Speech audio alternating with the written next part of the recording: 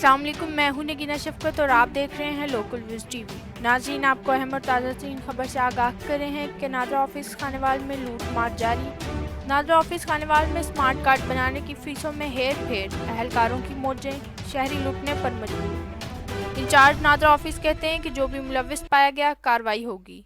हमारे नुमाइंदे अजहर चुगताई के मुताबिक मोहम्मद अकबर नामी शख्स ने 6/2/2020 को स्मार्ट कार्ड अप्लाई किया। काउंटर पर मौजूद मुलाजिम ने 750 रुपये वसूल किए, मगर जो उसे टोकन दिया गया उसमें रकम की वसूली ना है, जो स्मार्ट कार्ड की बजाय सिंपल कार्ड बना दिया गया है। साइल की दरख्वास्त पर इंचार्ज नादरा ऑफिस खानेवाल ने इंक्वायरी का हुक्म भी दे दिया है।